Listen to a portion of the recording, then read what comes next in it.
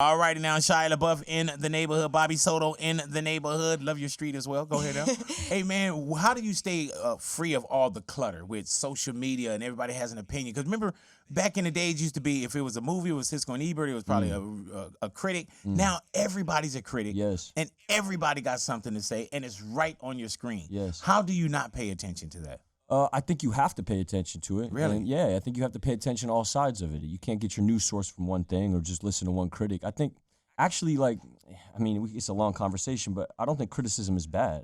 I think what you're talking about is different. You're talking about like vitriol on the internet. Just straight hate. Yeah, exactly. Yeah, I mean, like I said, like with this theater group, you know, I show up and like social media dissipates when you see like 250 people in the room really reaching for something. Right, really right. reaching Like for where are something they epic. now? Yeah, I mean, Yeah. you know, like we actually get off the internet, get together and connect. I heard that. And bond. Yeah, see connection. each other, what's in the room. That's what the internet was built on. You know, what drew us all to that social media was this longing for connection. And so I'm really, with the performance art and this theater space, is we've been trying to like bring that connection off the internet and actualize it in front of you.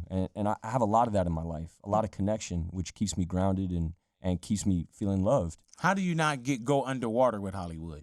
Because I'm not really in Hollywood. Yeah. I sort of navigate around it. You know, since Transformers, I've been finding interesting ways to sort of stay afloat and work with filmmakers that I really like. If you were to bring David Ayers in here, he's very human, you know?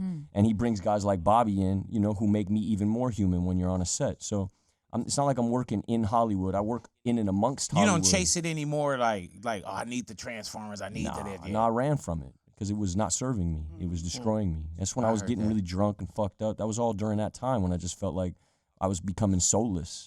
I couldn't navigate myself anymore. I just felt like I was dissipating. And so where does that come from? Is that demand? Is that it's the guys you look up to. You know, I always looked up to the quiet sufferers, so I chased that, you know. But I also looked up to like people who are transparent, people who are honest, the real ones. That's why we always got along. And why I always listened to you. And not to like toot your horn, but really it's a big reason people mess with you is because you are sincere and you are transparent and you are ironic and funny. But if you were to spread that out, like I've been listening to you my whole life, you know, school bus. Oh man. Yeah. So Me too. Yeah. Probably all of us in this room.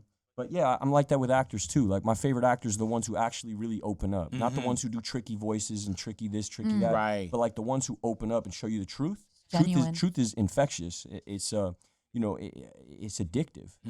Sincerity, truth is addictive, and that's why you have the following you have. That's why I've been chasing what I've been chasing. Is I'm trying to get back to like authenticity.